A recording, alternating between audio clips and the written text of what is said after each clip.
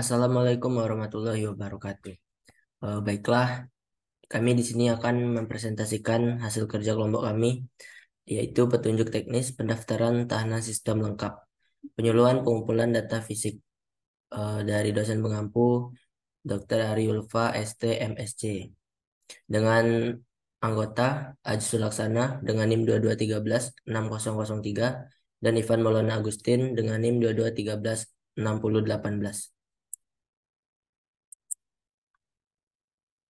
Langsung saja kita ke materi yang pertama yang akan dibacakan oleh Ivan. Pada Ivan dipersilakan.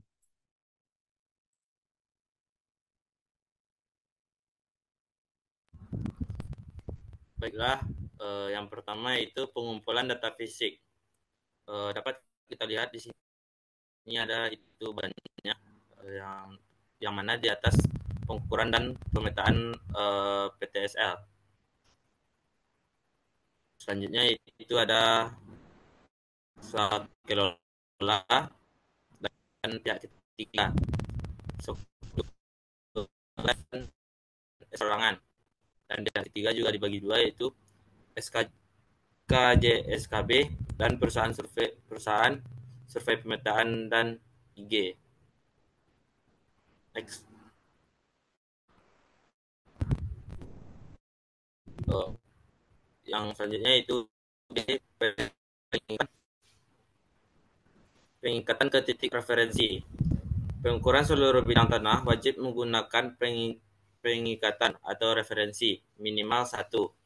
Titik dasar teknik kerangka dasar kadastral nasional yang selanjutnya disingkat dengan TDT KDKN, atau menggunakan titik pengikatan dari hasil pengukuran dengan pemanfaatan data CORS.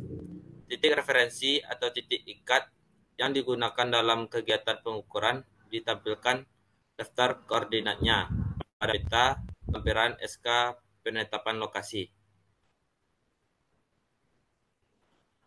Selanjutnya C, yaitu metode pengukuran di bidang-bidang tanah dan pembuatan peta pendaftaran. Pelaksanaan kegiatan pengukuran dan pemetaan bidang tanah sistematis lengkap dapat dilakukan dengan metode yaitu A. Terestris, B. Fotogrametris, C. Pengamatan satelit, dan D. Kombinasi ketiganya. Sini di bagian ini dapat kita lihat yaitu kegiatan yang pertama pengaturan alat ukur. Penilaian mutunya itu penyiapan alat ukur, pendirian alat ukur, dan pengaturan posisi alat ukur dan rambu. Kegiatan yang kedua itu pengukuran bidang tanah secara terestris. Penilaian mutunya itu komponen alat, pembacaan sudut dan jarak, dan perekaman atau pencatatan data. Kegiatan yang ketiga yaitu pengukuran bidang tanah secara fotogrametris. Penilaian mutunya yaitu identifikasi bidang tanah, pengukuran bidang tanah, pengisian formulir, dan pencantuman data pada foto udara.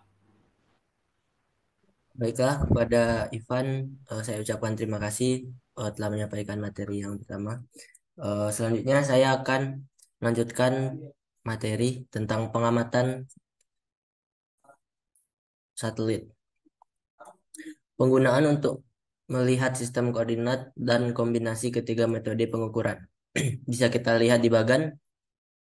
Di sini ada kondisi yang ada dan yang digunakannya. Kondisi yang ada, tersedia peta dasar pendaftaran nasional dan tersedia titik dasar teknik nasional yang digunakannya sistem koordinat nasional. Tersedia peta dasar pendaftaran lokal dan tidak tersedia titik dasar teknik nasional yang digunakannya sistem koordinat lokal. Jika kondisi yang ada tersedia peta dasar pendaftaran lokal dan tersedia titik dasar teknik nasional, maka yang digunakannya sistem koordinat nasional. Jika kondisi yang adanya seperti tidak tersedia peta dasar pendaftaran dan tersedia titik dasar teknik nasional, maka yang digunakannya sistem koordinat nasional. Tidak tersedia peta dasar pendaftaran dan tidak tersedia titik dasar teknik nasional, maka yang digunakannya sistem koordinat lokal. Selanjutnya itu ada pemasangan dan penetapan batas ukur. Tanda batas dapat berupa titik atau patok batas pagar atau tanda batas tetap lainnya yang dapat diidentifikasi di lapangan dan di peta. Pemasangan atau penunjukan tanda batas dilakukan oleh pemilik tanah atau kuasnya. Ini bisa kita lihat ada tanda batasnya seperti ini ya, teman-teman. Selanjutnya proses pembuatan gambar ukur. Yang pertama pencantuman data hasil ukur, penulisan daya ukur, sudut dan jarak, pencantuman NIP, keterangan lokasi, keterangan pemohon, keterangan pengukur, dan persetujuan batas. Selanjutnya kontrol kualitas data fisik. Dimulai disetujui hasil pengukuran dan pemetaan jika tidak mengisi dan menandai formulir kontrol kualitas. Jika iya, verifikasi dan validasi bidang tanah. Kemudian dapat diarsipkan juga.